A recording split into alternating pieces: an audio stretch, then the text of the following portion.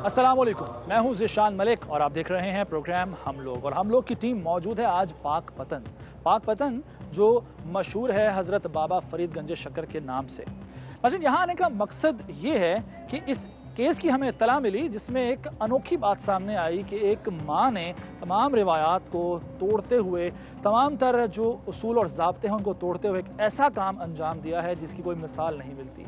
माँ कुदरत का अनमोल तोहफा है, लेकिन यहाँ हमें हालात कुछ मुख्तलिफ नज़र आए हैं।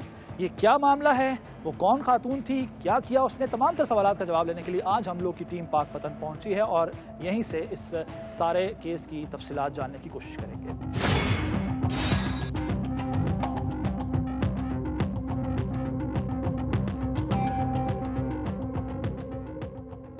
नाज़रीन, अब मैं पहुंचा हूं उस इलाके, उस जगह जहां ये खून नाहक हुआ।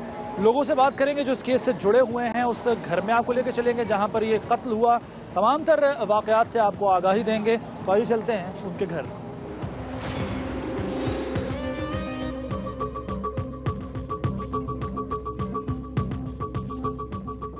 नाज़रीन, मुतल्लिका SHO नदीम अफजाल साहब के साथ मैं उस घर में, उस जगह पर आया हूँ जहाँ ये सारा वाक़या रूनुमा हुआ है, जहाँ उस बच्चे की जान ली गई। इनसे जानते हैं कि किस जगह पर ये वाक़या हुआ, किस तरह हुआ, और घर वालों से भी बात करेंगे। और नाज़रीन, ये वो कमरा है जहाँ पर बच्चे की लाश मिली और बताया जाता है कि यहीं पर सारा वाक़या रूनुमा हुआ है। तो मुतल्लिका SHO जनाब नदीम अफजाल साहब के साथ मैं चूँकि मौजूद हूँ, इनसे जानते हैं कि इन्होंने क्या देखा, इनके पास क्या इत्तला पहुँची। नदीम साहब, जो वाक़या पेश आया है, एक तो बताइएगा कि आपके पास क्या इत्तला पहुँची, किस तरह से आपने रिएक्ट किया उस पर, और इस कमरे के हवाले से भी कुछ आगाह कीजिए। सबसे पहले जो मुझे वकूआ की इत्तला मिली कि हॉस्पिटल में एक लाश आई है जिसने खुदकुशी की है, तो मैं उधर मौके पे गया, उस लाश का मुलाजा किया और मैंने देखा। उसके बाद कुछ बयानात लिए इब्तदाई, फिर उसके बाद जब मुझे कुछ हालात मशकूक लगे तो मैं इधर आया, मौका मैंने चेक किया तो ये उन्होंने मुझे बताया कि ये है हैंगिंग इधर बदरिया पंखे के साथ चादर बांध के की गई है। अच्छा, ये किसने बताया आपको? ये उसकी वालदा ने, स्टेप मदर ने बताया, जो मुल्ज़िमा है उसने बताया। लेकिन जब मैंने इसको कीन आई से चेक किया तो इस पे कोई मिट्टी वगैरह वैसे लगी हुई थी, कोई चादर बांधने का निशान नहीं था। फिर मैंने पूछा कि वो इस यहाँ तक उसने कैसे बांधा, तो वो जो एक पड़ा हुआ है अपना स्टूल वो उधर ही पड़ा हुआ था। तो उन्होंने कहा कि ये स्टूल उस वक़्त इधर था और ये फिर बाद में हमने उधर किया। तो ये स्टूल को मैंने इधर ला के चेक किया तो इस पे वो बच्चे की जो हाइट थी, अगर वो बच्चा हैंग करता तो वो उसकी हाइट ऊपर निकल। देख लेते हैं जी ये स्टूल नाज़रीन, जिसके बारे में दावा करती है मुल्ज़िमा के स्टूल पर चढ़कर बच्चे ने खुदकुशी की। लेकिन इसकी आप ऊंचाई इसकी देख सकते हैं किस कदर ज़्यादा है। एक नौजवान 15-16 साल का नौजवान अगर इसके ऊपर खड़ा होता है तो वो पूरा नहीं आ सकता, क्योंकि उसका सर लगेगा इस छत के साथ। ये बखूबी अंदाज़ा हो सकता है। ये SHO साहब नदीम अफजाल साहब ने भी यही चीज़ उस वक्त जज की देखी। जी नदीम साहब आगे बताइएगा। उसके बाद ये पंखे के कोई पर वगैरह कोई चीज़ भी टेढ़ी नहीं हुई थी, कोई निशान को पंखे पे ऐसा नहीं था कि चादर इस पे बांधी गई हो, तो हमें मशकूक हालात लगे। तो उसके बाद हमने इनके घर वालों को इनको इंटरोगेट किया, तो दौरान इंटरोगेशन उन्होंने इंकशाफ किया कि हमने ये जो है इसको मर्डर कर दिया है, और उसके बाद ये ड्रामा रचा के हम हॉस्पिटल ले गए थे। ठीक है नाज़रीन, ड्रामा रचाया, लेकिन अल्लाह ताला की ज़ात है जो कि ऐसी चीज़ों को आश्कार करती है। कोई कितना भी बुरा क्यों ना चाहे, वो कहते हैं ना कि मुद्दई लाख बुरा चाहे तो क्या होता है, वही होता है जो मंजूर खुदा होता है। तो मंजूर खुदा यही था कि इस बच्चे का जो खून नाहक है वो रायगा ना जाए और उसे इंसाफ मिले, और हमारी कोशिश भी यही है कि उसे इंसाफ मिले। ये वो स्टूल जिसके बारे में दावा करती थी उसकी सौतेली माँ के इस पर चढ़कर उसने खुदकुशी की, लेकिन दूध का दूध पानी का पानी हो गया। साबित अभी तक तो हुआ है कि उसने खुदकुशी नहीं की। अब चलते हैं, बाकी जो उसके घर वाले हैं, इस बच्चे के अली उमर नाम है इस मकतूल का, उसके घर वालों से बात करते हैं।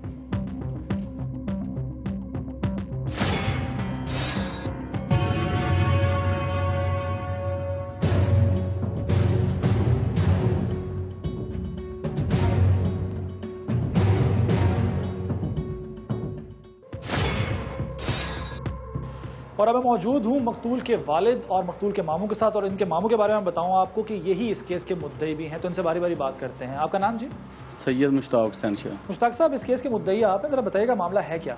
मामला ये है कि हमें इतला मिली कि इन्होंने इतला दी फ़ोन करके कि अली उमर को हार्ट अटैक हो गया। मतलब कि वो बच्चा 15-16 साल का था, हमें यकीन नहीं आया। हमने फौरी फ़ोन किए इधर मेरे अजीज़ हैं, वो फौरी तौर पे इधर पहुंचे, लेकिन घर को ताला लगा हुआ था। इधर बाएं दाएं उन्होंने पूछा कि ये वकूआ हो गया। महल्लेदारों ने कहा कि हमें तो इस बात का इल्म नहीं है। हमें यकीन हो गया कि हमारे बच्चे का कत्ल हुआ है, मर्डर हुआ है। तो उसके बाद मतलब कि जब हम पहुंचे हैं तो इन्होंने ये कहा कि जी हमारे बच्चे ने खुद फांसी ली है। ये जो मकतूल है उसके वालिद ने कहा, अयूब साहब? जी, इन्होंने बयान दिए कि ये हमारे बच्चे ने फांसी दी है।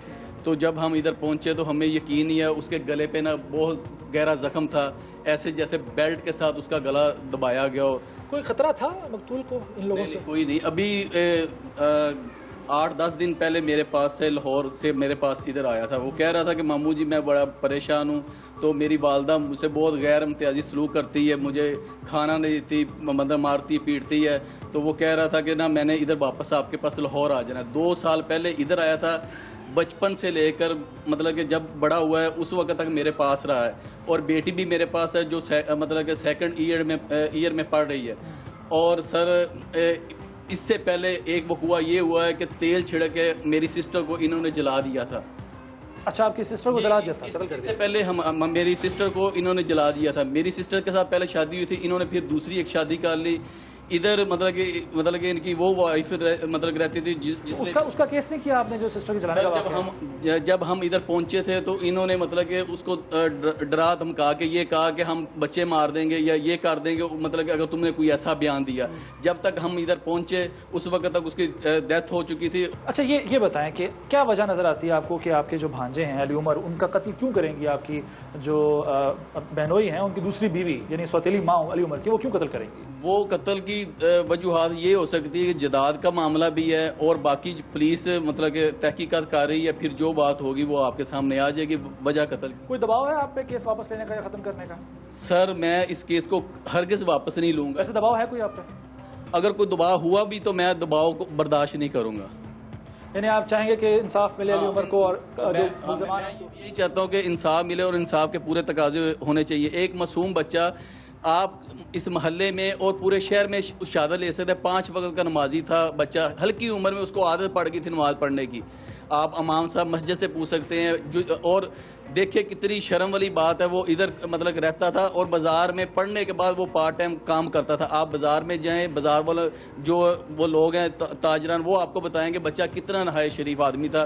ठीक है मुश्ताक साहब, मैं मामू हैं अली उमर के और मुत्तही भी हैं इस केस के। वालिद से बात करता हूँ मैं, अयूब नाम है इनका, इनसे बात करते हैं। अयूब साहब ये बताएं कि अब जैसे कि आपके जो साला साहब हैं वो बता रहे हैं कि आपके बेटे पर तशद्दुद करती थी, खाना नहीं देती थी, आपकी दूसरी बीवी जो हैं, ये सारी चीज़ें आपको पता थी? पता है जी। तो आपने कोई इस पर एक्शन नहीं लिया, अपनी बीवी को समझाया नहीं? आप भी बीवी को बड़ा समझाया है भाई इनका कहर तेनू पै जाना है। अच्छा मुझे एक बात बताएं अयूब साहब, आप डॉक्टर हैं? नहीं, आपको कैसे पता चला कि आपके बेटे को हार्ट अटैक हुआ है या उसने खुदकुशी की? मैं बताता हूँ। मैं गाँव गया था तो उधरों उत्थे मैं एक उरस हैगा सी, उहदे च मसरूफ हैगा सी। यकूब दा फोन गया, यकूब ने मैनू कहा कि अली उमर की तबीयत बहुत ख़राब हो गई तो उन्होंने ना हस्पताल लै गए ने। यकूब कौन है? वो जड़ा मुलज़िम है। अच्छा, उन्होंने हस्पताल लै गए ने। हस्पताल छड़ के पीर गुलाम अहमद कोल, पीर गुलाम अहमद ने मैं उत्थे छड़ आया। मैं वापसी बच्चियां नूं लैण जांदा पिया ते तू छेती पहुंच। पहले वाली उम्र बीमार था? पहले कोई बीमारी थी उसको? नहीं, कोई बीमारी नहीं थी। मैं सारी गल बताता हूँ, जरा मुख्तसर बताएं जी।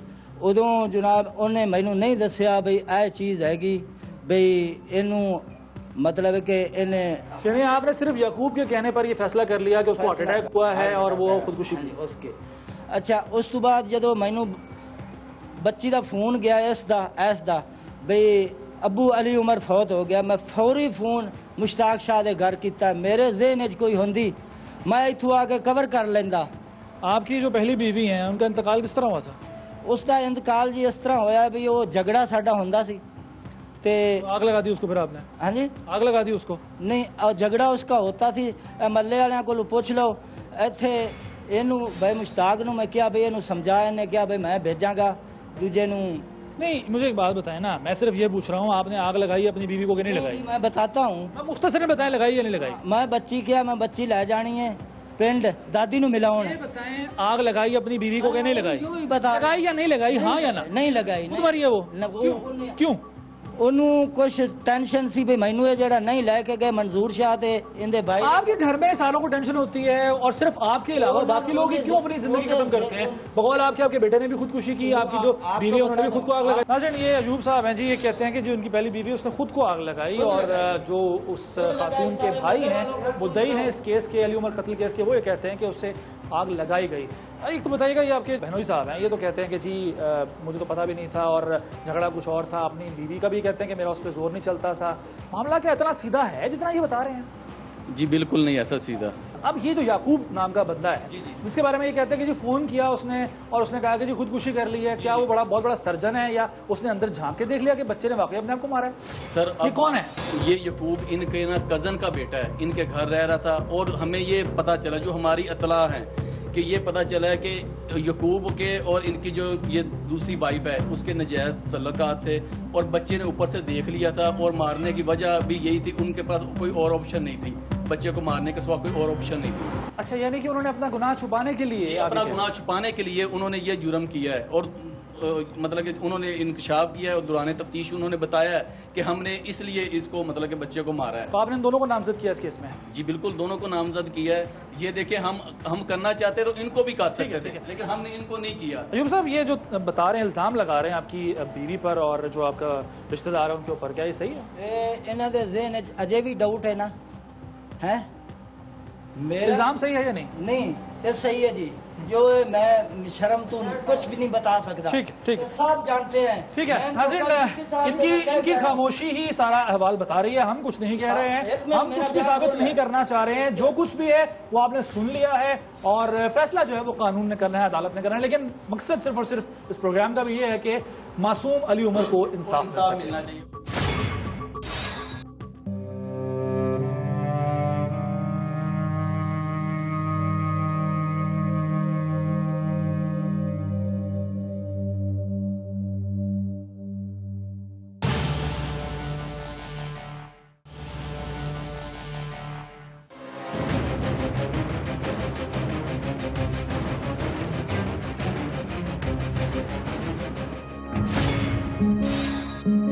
नाज़रीन, उस लंगर खाने में मौजूद हूँ जहाँ अली उमर खाना खाया करता था। अलमिया ये है कि सिर्फ चंद कदम के फासले पर उसका घर है, उसके वालिद का घर है, उसका अपना घर है जिसमें उसका हक था और वहाँ उसे खाना नसीब नहीं होता था, वहाँ उसे रोटी नहीं मिलती थी, लेकिन उसे यहाँ आकर लंगर खाने से खाना खाना पड़ता था। ये साहब मेरे साथ हैं, इनसे बात करते हैं। अस्सलाम वालेकुम जी। जी, वो इधर आता था जी, सुबह भी दोपहर में लंगर खाता था, शाम को भी खाता था। वो दुकान पे चला जाता था, फिर शाम में आता था, वो एक रोटी खा लेता था, एक जेब में डाल लेता था। क्यों जेब में क्यों डालता था? पता मैंने कि यार क्यों कर रहा, मैं सुबह जाता हूँ, मैं खा लेता हूँ नाश्ते के लिए। ये आपको ये हुआ नहीं कि बच्चे का बाप भी जिंदा इस दुनिया में अभी है? लेकिन पूछा था, वो कह रहा मेरा बाप है, वालदा फौत हुई है, लेकिन वो मुझे रोटी नहीं देते तो मैं इसलिए इधर खाता हूँ। वो फिर कुछ दिन चला गया, इधर नहीं था। मैं कहा पुत्र कहाँ गया था? कह रहा मैं गया था मेरे मामे के पास, मैं आया हूँ, अब मैं आ गया, मैं खाया करूँगा रोटी। कैसा बच्चा था मिजाज का? और शरीफ बच्चा था, उसकी कह ही नहीं सकते। मुझे आप इतनी तकलीफ हुई, मैं उनको कुछ कर दूं। वो उसको कोई सवाल भी करना ना, भाई ये कोई चीज़ ला दे बाजार से, उसने चुप करके जाना, मुझे चीज़ भी ला देता था बाजार। ऐसा बहुत शरीफ, चुप करके जाना, चुप करके उसने आना। बहुत शुक्रिया। नाज़रीन, सगे बाप के घर से रोटी नहीं मिली, लेकिन अल्लाह ताला की ज़ात तो है ना, वो तो किसी न किसी को वसीला बनाकर भेजती है और भूखा कोई नहीं सोता है। लेकिन उस बच्चे की जो माँ है, चाहे सौतेली ही सही, लेकिन उस माँ ने अच्छा नहीं किया अली उमर के साथ। और बेचारा मासूम, ये देखिए कि रात के वक्त रोटी जेब में डाल के लेके जाता था सुबह के नाश्ते के लिए। जुल्म, बहुत हद तक जुल्म हुआ उस पर। अब कोशिश यही है कि उसे इंसाफ मिले और उसके वालिद के घर में उसके साथ, लेकिन बहरहाल अच्छा नहीं हुआ।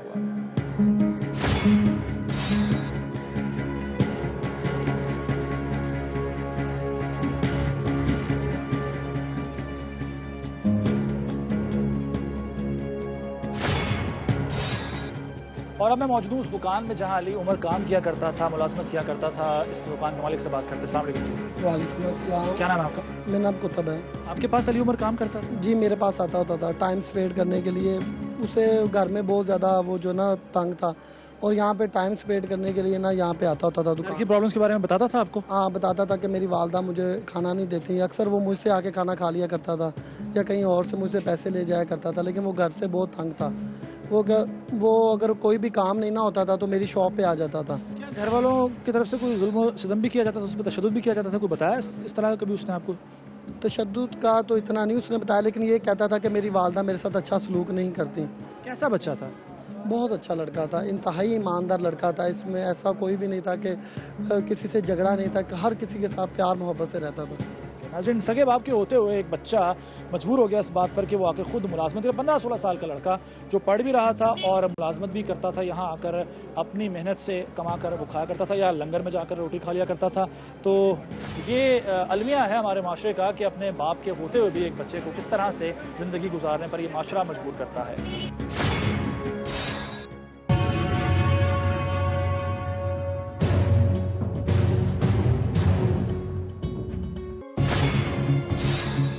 अली उमर कत्ल केस की मुलजिमा के साथ में मौजूद, उससे बात करते हैं। क्या नाम है तुम्हारा? जट्टी बीबी। ऊंचा बोलें जरा। जट्टी बीबी। क्यों मारा, कत्ल क्यों किया अली उमर को? देखिया सी जी, वेखिया सी उन्हें। किसको? सानू। किस को? याकूब तो मैंने। याकूब कौन है? बतरिया अंदर। भतीजा है आपके शौहर का? क्या देखा था उसने? अली उमर ने क्या देखा था? क्यों कत्ल क्यों किया उसको, ये वजह बताएं मुझे। उन्हें देखा जी, क्या देखा था? सानू बैठे देखा सी। कहाँ बैठे देखा था? घर कमरे में। तो इस वजह से उसने कत्ल, आपने उसको कत्ल कर दिया? हाँ जी। नहीं, वजह क्या बनी? मतलब बैठे देखा था, ये कोई इतनी बड़ी वजह तो नहीं किसी को कत्ल करने की। क्या ताल्लुक तो क्या है आपका याकूब के साथ, जो भतीजा है या भांजा है जो भी है? निजायज। अच्छा, आप ये मानती हैं कि जो इल्ज़ाम है वो सच है ताल्लुकात के हवाले से? अच्छा, ये बताएं, आप पहले भी उसके साथ सलूक अच्छा नहीं करती थी, सारे मोहल्ले वाले भी ये कहते हैं, खुद उसका आपका जो शौहर है वो भी ये कहता है कि आप अपने बेटे के साथ, सौतेला बेटा, अच्छा सलूक नहीं करती थी। क्यों सलूक 2 साल का अजे सलों दी अम्मी फोत हुई, तो सलूक 18 साल का होया, वो किन्ने सांभ्या उन्हें। अच्छा, तो वो घर से बाहर क्यों रोटी खाता था, खाना बाहर से क्यों खाता था? वो 10 दिन पहलू तकरीबन खाने लगे, अगे तो घरों ही खाता रहा ना। आप उस पर जुल्म नहीं करती थी? नहीं। मारती नहीं थी उसको? नहीं। खाना देती थी उसको? हाँ जी, देती। आपका अपना शौहर कहता है कि आप उसे खाना नहीं देती थी, ख्याल नहीं रखती थी उसका? कोई शौहर मेरा घर आंदा? शौहर घर नहीं होता था? कहाँ होता था? पेंट में अपना पेंट चला जाता है। तो ये बताओ ना कि अब जो बच्चा जो है वो सबको, मोहल्ले वालों को भी, सब जहाँ मुलाजमत करता था सबको बताता है कि उसके साथ अच्छा सलूक नहीं होता, खाना वो बाहर से, बल्कि यहाँ तक कि लंगर से वो खाना लेकर आता था, रोटी खाता था। तो उसका लिया ही नहीं है। लंगर वाला झूठ बोल रहा है? हाँ जी, लंगर वाला कभी उसे लिया ही नहीं तकरीबन लंगर। आप झूठ बोल, आप सच बोल रही हो, वो झूठ बोल रहा है? मुड़ ओ ताउन तकरीबन दुनिया तो चला चुका है। कैसे ज़हन में कैसे ख्याल आया ये सारा जो ड्रामा किया कि जी खुदकुशी की है उसने, और सारा ये कहाँ से ख्याल आया ज़हन में? नहीं, मेरी गल सुनो ना, तकरीबन अगे तो 16 साल का वो किथे संभया पड़िया, कौन खाना देंदा रहा, वो किथे रहा? सवाल तुमने नहीं पूछना, सवाल मैंने पूछना है, मुझे सिर्फ जवाब दो। 16 साल पाला या जो भी किया, वो तो अपने मामू के पास रहता था लाहौर में? नहीं, इत्थे रहिंदा कौन आंदा मामू के पास? मामू कोल तो गया 3-4 साल दा, तकरीबन हुण होंदी 16 15 दा रह के आए। 4 साल दा उत्थे लड़ाई हो के होंदी आई, इत्थे रहा। मारा कैसे था, तरीका क्या था, कत्ल कैसे किया था? बताओ ना, कैसे कत्ल किया था, मारा कैसे था? मारा था उन्होंने। कैसे मारा था? के साथ। बेल्ट के साथ? उसकी अपनी बेल्ट के साथ? हाँ जी। किसने? दोनों ने। दूसरा कौन? याकूब। तरस नहीं आया तुम एक मासूम लड़के पे? खुद कह रही हो कि उसको पाला था, छोटा सा था, उसको पाल के बड़ा किया। थोड़ा बहुत इंसान किसी जानवर के बच्चे को भी पाले तो मोहब्बत हो जाती है, प्यार हो जाता है उससे, वो तो इंसान का बच्चा था। तरस नहीं आया, रहम नहीं आया उसके ऊपर? कोई शर्म है, कोई अपने गुनाह की कोई शर्मिंदगी है या नहीं? वो भी नहीं है। तुम्हारे अंदाज से लग तो नहीं रहा कि तुम्हें कोई शर्म या कोई एहसास है जुर्म का। अपने गुनाह कबूल कर लिया तुमने अपना? हाँ जी, कर लिया। पता सजा क्या मिलेगी इसकी? जो ही मिली बस। कितने बच्चे हैं तुम्हारे अपने? कितने बच्चे? उनका क्या बनेगा, सोचा? अब सोचो कि तुम्हारा शौहर अगर तीसरी शादी कर लेता है, एक सौतेली माँ आके तुम्हारे बच्चों के ऊपर बैठ जाए और वही सलूक करे जो तुम करती थी, कैसा लगेगा तुम्हें? ठीक है, जिस तरीके। ठीक है जी, जो भी होगा हो जाएगा, है कोई मसला नहीं है। सही किया, गलत किया तुमने? गलत। कितने अरसे से ताल्लुकात थे तुम्हारे? शौहर को पता था? नहीं। और किसी को पता था? नहीं। तुम्हारी बेटी को पता था? नहीं। याकूब की शादी तुम्हारी बेटी से होने वाली थी ना? पता नहीं, हालिया सिकड़ा देती बैठे हैं उन्होंने। नाज़रीन, ये मुलजिमा है और इस खातून के आपने अंदाज से देख लिया है कि कोई पशेमानी खैर बहरहाल इसको नहीं है, और कितनी आसानी से एतराफ़ भी कर रही है और कितनी आसानी से एक बच्चे की जान ले ली। और 16 साल बकौल इसके कि इसने उसको पाला, मेरा सवाल फिर वही है कि एक इंसान का बच्चा जिसके साथ आपने वक्त गुजारा, उसको पाला हो, माँ बन के, चाहे सौतेली ही सही, माँ तो माँ होती है, कितना आसान है उसकी जान ले लेना इस तरह से। अब देखते हैं कानून इसके साथ क्या सलूक करता है। दूसरे मुलजिम से भी बात करते हैं, याकूब जिसका नाम है, और वो भी इस केस में नामजद और गिरफ्तार है।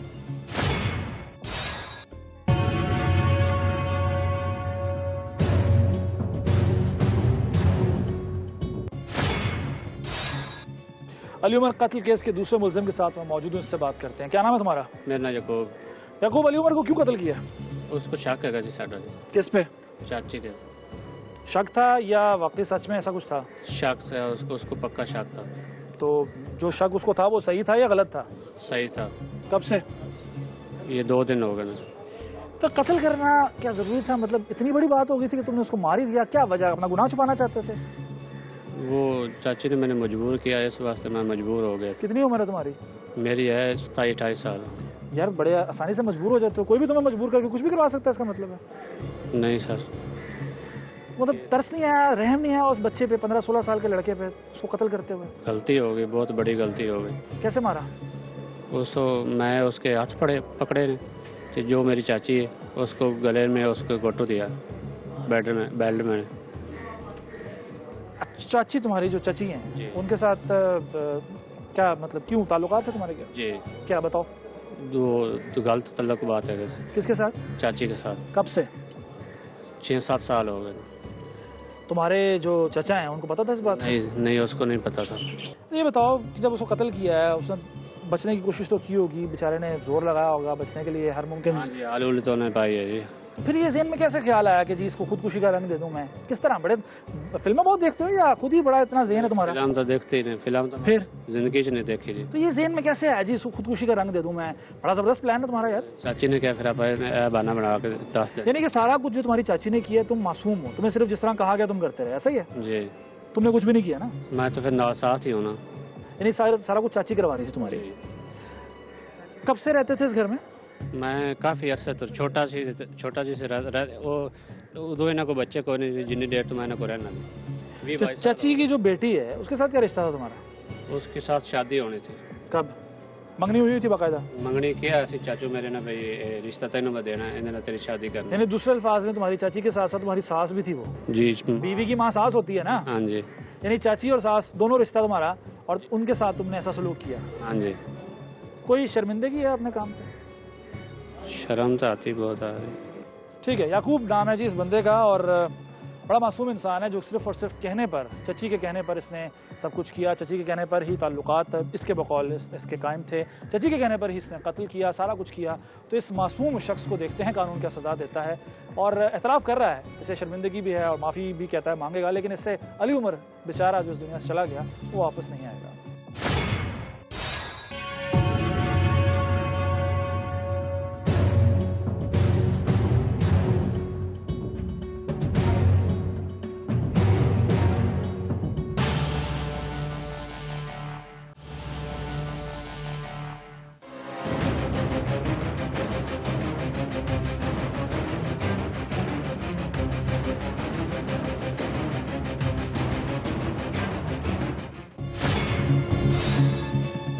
अली उमर केस में अभी तक पुलिस ने क्या कार्रवाई की है, क्या इस केस का मुस्तकबिल होगा, इसके बारे में बात करने के लिए डीपीओ पाकपतन जनाब कामरान यूसुफ मलिक साहब के साथ मैं मौजूद हूँ, इनसे बात करते हैं। कामरान साहब बहुत शुक्रिया, आपने वक्त दिया। सर, बज़ाहिर तो बड़ा सिंपल केस लग रहा है, दोनों लोगों ने एडमिट भी कर लिया कि उन्होंने कत्ल किया बच्चे को। क्या वाकई उतना सीधा साधा ये केस है जितना नज़र आ रहा है? जी, मेरा ख्याल है कि इसमें कुछ अभी फर्दर इन्वेस्टिगेशन की ज़रूरत है, क्योंकि जो चीज़ मेरे लिए परेशान कौन है वो ये है कि बच्चे के बाप ने, जो कि घर पे मौजूद नहीं था, उसने किसी तीसरे बंदे की स्टेटमेंट को इतनी जल्दी क्यों एक्सेप्ट कर लिया कि उसके एक बच्चे ने, जिसकी 16-17 साल उम्र है, और ये कोई उम्र भी नहीं है खुदकुशी की तरफ जाने वाली, और ऐसे कोई अवामिल भी नहीं, ऐसे अवामिल भी नहीं है, तो उसने क्यों एक्सेप्ट कर लिया, इस वर्जन को क्यों बाय कर लिया उसने? तो इसमें जो कुछ बैकग्राउंड है कि इस बच्चे की जो पहली माँ थी, असल माँ थी, वो जल के मरी थी। अब उसकी इन्वेस्टिगेशन ज़रूरी है कि वो किन हालात में हुई थी। तो इस शख्स को शामिल तफ्तीश? जी, मैं बिल्कुल करूँगा, बिल्कुल करूँगा। आपको लग रहा है कि वो कुछ छुपा रहा है या झूठ बोल रहा है? जी, मुझे ऐसे लगता है कि शायद जो उसकी एक्सेप्टेंस है इस इंसिडेंट की, और अभी आपने भी उसको इंटरव्यू किया है, मैंने भी उसको कई दफ़ा इंटरव्यू किया है, तो he seems to be very indifferent about the incident. उसके मतलब कोई तासर, जैसे उसे कोई फर्क ही ना पड़ रहा हो। ठीक है, उसको कोई फर्क नहीं पड़ता। तो ये चीज़ें जो है ये मजबूर करती हैं कि उसको फर्दर प्रोब किया जाए। ठीक है, अच्छा ये बताएं, ये बड़ा मसला होता है, जैसे अब ये दो मुल्जिमान हैं, एक खातून और एक शख्स, ये मान लेते हैं, आपके सामने एडमिट कर लेते हैं, इवन हमसे बात हुई इनकी, लेकिन जब ये अदालत में जाते हैं किसी भी वजह से, इनको समझाया जाता है या किसी भी वजह से ये लोग वहाँ मुकर जाते हैं, तो केस पर किस हद तक असरअंदाज होता है ये जो मुतज़ाद बयानात हैं? असल में ये है कि ये तो हर केस में इसी तरह ही होता है कि जो कन्फेशन बिफोर द पुलिस है उसको अगर आप जाते ही आप एक्सेप्ट कर लेते हैं तो कोर्ट उस दिन आपको पनिश कर देगी। ठीक है, तो चार्ज जिस स्टेज पे फ्रेम होता है उस स्टेज पे हर अक्यूज ने कहना होता है कि जी बिल्कुल गलत है, यानी हाथ पाँव मार रहे हैं, कोशिश हाँ जी, कि ज़बरदस्ती हमारे से स्टेटमेंट ली गई है, लेकिन उसको फिर हमने कोऑपरेटिव एविडेंस के साथ लेके चलना होता है। तो वो इंशाल्लाह एविडेंस इसमें इतनी पक्की लेके जाएंगे हम, केस फाइल को मैं खुद देख रहा हूँ डेली बेसिस पे। अच्छा, और वो जो मेरी लीगल टीम है, इंस्पेक्टर लीगल है, वो अब मैं मिल के उसको देखेंगे इंशाल्लाह और इसको इतना अच्छा केस बना के भेजेंगे, इनको सजाए मौत होगी। ठीक, बहुत शुक्रिया कामरान साहब। कामरान यूसुफ मलिक साहब, DPO पाकपतन, बता रहे थे कि अभी तक पुलिस ने क्या कार्रवाई की है इस केस में, और वो बहुत पुरअज़्म है कि जिस तरह के सबूत हैं और जिस तरह से अभी तक पुलिस ने केस तैयार किया है, इन मुल्ज़िमान को कैफ़े किरदार तक पहुँचाया जाएगा और मासूम अली उमर को इंसाफ मिलेगा।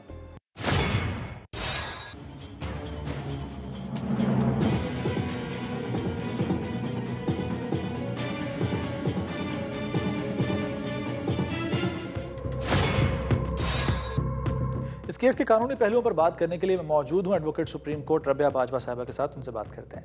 रबिया साहिबा, शुक्रिया आपने वक्त दिया। ये बताइएगा कि बड़ा आम होता जा रहा है हमारे माशरे में कि शौहर दूसरी शादी करता है और जो पहली बीवी से बच्चे होते हैं उनके साथ अच्छा सलूक नहीं होता, और इस केस में तो सौतेली माँ ने बेटे को कत्ल ही कर दिया।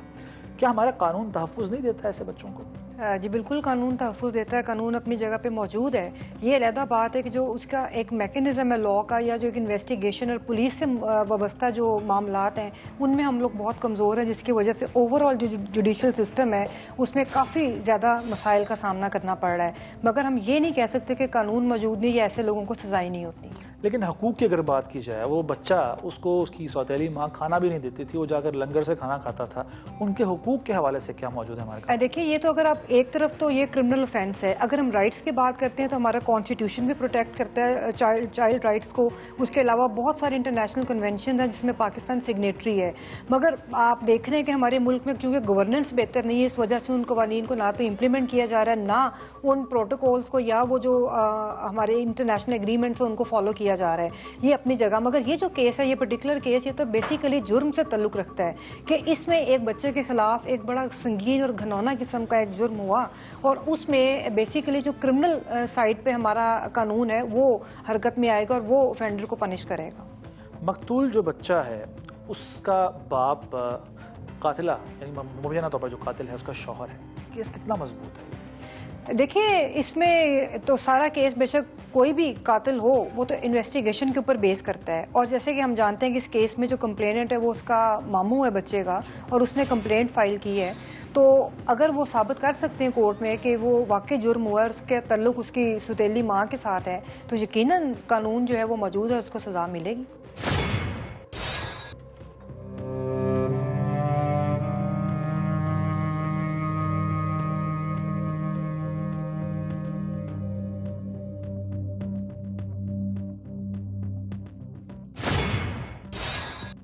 अली उमर कत्ल केस के बारे में बात करने के लिए मौजूद हूं मैं क्लिनिकल साइकोलॉजिस्ट मरियम फैज साहिबा के साथ, उनसे बात करते हैं। मरियम साहिबा, शुक्रिया आपके वक्त का।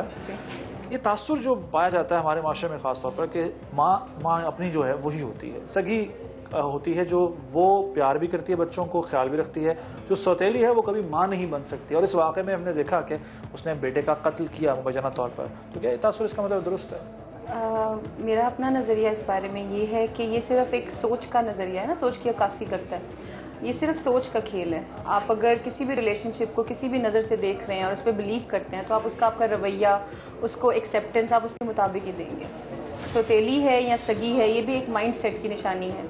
तो रिलेशन होता है, वो सोतेला या सगा नहीं होता है, वो रिलेशन होता है। लेकिन एक औरत अपनी जो औलाद है उसका तो ख्याल भी रखती है, उसको वक्त पर खाना भी देती है, उसकी ज़रूरतों का ख्याल रखती है, लेकिन एक बच्चा जो उसकी सौतन का है, उसकी जो शौहर की पहली बीवी है उसमें से एक बेटा है, उसको ना खाना देती है वक्त पर, मजबूरन वो बच्चा बाहर जाकर लंगर से खाना खाने में मजबूर हो जाता है।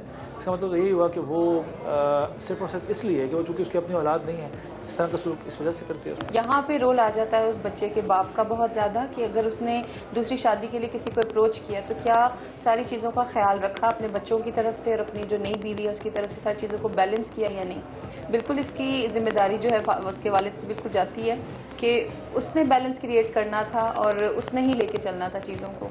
अच्छा, यही शख्स, यही जिसकी हम बात कर रहे हैं, अली उमर का बाप, उसी की कमज़ोरियों की वजह से और नज़रअंदाज करने की वजह से नौबत यहाँ तक पहुँची है। जैसे कि मैंने पहले भी जिक्र किया कि वो बच्चा बाहर से खाना खाता था जाकर लंगर से, और बाप को ये सब कुछ पता था, लेकिन उसके बावजूद वो पासपोर्ट्स नहीं करता था, बीवी से शायद डरता था। किस हद तक वो कसूरवार है इस कत्ल का? देखिए, वो बीवी से डरता था। अब भी आप इस चीज़ को सिर्फ ये तरह देखें कि उसका एक नया रिश्ता बना था, उसने उसको भी लेके चलना है, वो उसको नाराज़ नहीं कर सकता, क्योंकि ऑब्वियसली हमारी सोसाइटी में एक आपका सपोर्टिव बेटर हाफ होना चाहिए, और अकेले ज़िंदगी गुजारना मुश्किल होती है, बेशक वो खातून हो या बेशक वो आदमी हो।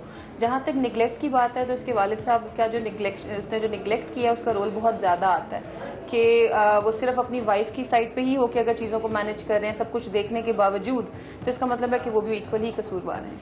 बहुत शुक्रिया। मरियम फैज साहिबा की गुफ्तगू आपने सुनी। घर का सरबरा यानी अली उमर का बाप, उसकी बहुत हद तक जिम्मेदारी थी कि उसे एक तो ये कि इंसाफ रखना चाहिए था अपनी पहली बीवी की औलाद और दूसरी बीवी की औलाद, और उसके साथ वो भी बहुत हद तक कसूरवार है, और कौन से रवैये ऐसे वाक़यात का सबब बनते हैं उस पर भी रोशनी डाली मरियम फैज साहिबा ने।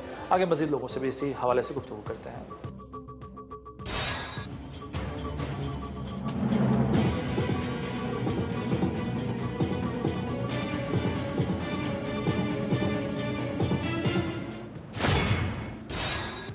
अली उमर कत्ल केस के मजहबी पहलू पर बात करने के लिए मौजूद हूँ मैं खतीब बादशाही मस्जिद मौलाना अब्दुल खबीर आज़ाद साहब के साथ उनसे बात करते हैं। मौलाना साहब, शुक्रिया आपने वक्त दिया।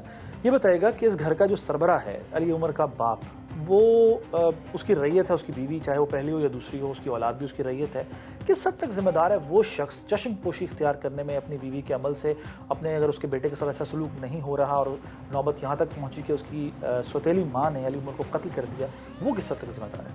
हालांकि रिश्ता तो बहुत अजीम रिश्ता है, माँ का रिश्ता है, उधर वालिद का रिश्ता है, और वालिद जो है उसको ये तमाम चीज़ें जो हैं उनको देखनी चाहिए और उसको समझनी चाहिए थी कि ये हालात ऐसे क्यों पैदा हो रहे हैं। मैं ये देख रहा हूँ कि बेरा रवी और इस तरह के मसाइल और इंसानियत के साथ मोहब्बत का जो पहलू है वो ख़त्म होता जा रहा है। भाई ये क्या हो रहा है? ये इंसानियत है, ये तो एक दरिंदगी है, और दरिंदगी से भी आगे चली गई ये बात। तो मैं ये समझता हूँ कि ये दीन से दूरी है। हमें अपनी असलियत और अपनी असल चीज़ की तरफ लौटना होगा। अल्लाह के रसूल की बात पर अमल करना होगा। अगर हम अमल पैरा होंगे और इस चीज़ को समझेंगे तो यकीनन ये तमाम चीज़ें जो आ रही हैं और ये माहौल बनते जा रहे हैं, ये इनसे हम काफ़ी दूर हो जाएंगे। सर, अमल कैसे होगा? जिम्मेदारी किस पर? अमल ऐसे होगा कि हम अहकामात इलाहिया और सीरत रसूल सल्लम को और जो फ़राइज़ हैं, वाजिबात हैं, उनको अपने सामने रखें। इंशाअल्लाह अज़ीज़, अगर इन तमाम चीज़ों पर जब अल्लाह की कुर्ब को हासिल किया जाएगा, जब अल्लाह की बात को समझा जाएगा, उस पर अमल किया जाएगा, तो ये मुआशरे के अंदर ऐसी चीज़ें ना पनपेंगी, ना जन्म लेंगी और ना ऐसे मसाइल पैदा होंगे। बहुत शुक्रिया। मौलाना अब्दुल खबीर आज़ाद साहब की गुफ्तगू आपने सुनी। सज़ा और जज़ा का अमल शफ़ाफ और ठोस बनाना होगा, तभी ऐसे वाक़यात की रोकथाम हो सकेगी। नाज़रीन, प्रोग्राम आपने देखा। अली उमर का कत्ल ये जाहिर करता है कि हमारा माशरा किस कदर अखलाकी पस्ती का शिकार हो गया है। माँ, ये लफ्ज़ सुनते ही जहन में मोहब्बत का तस्वुर आता है, लेकिन एक माँ ये मुल्जिमा भी है जिसने अपने सौतेले बेटे को बेदर्दी के साथ कत्ल कर दिया। होना ये चाहिए कि इस केस में तमाम तकाज़े इंसाफ के पूरे करते हुए ऐसी सज़ा देनी चाहिए कि आइंदा कोई भी रिश्तों का तकद्दुस पामाल करने का सोचे भी ना। टीम हम लोग और ज़िशान मलिक को इजाज़त दीजिए। अल्लाह हाफ़िज़।